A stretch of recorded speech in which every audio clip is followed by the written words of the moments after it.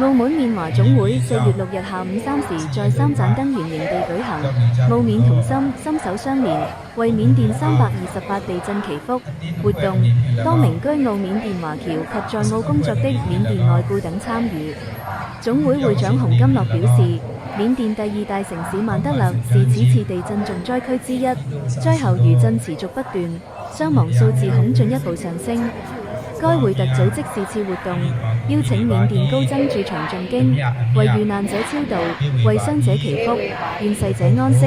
傷員早日康復，並期盼災區民眾盡快重建家園。總會許多會員生於緬甸，長於緬甸，對故土懷有深厚感情。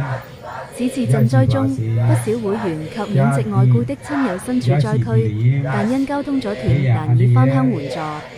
透過參與祈福，眾人得以表達對家鄉的牽掛與支持。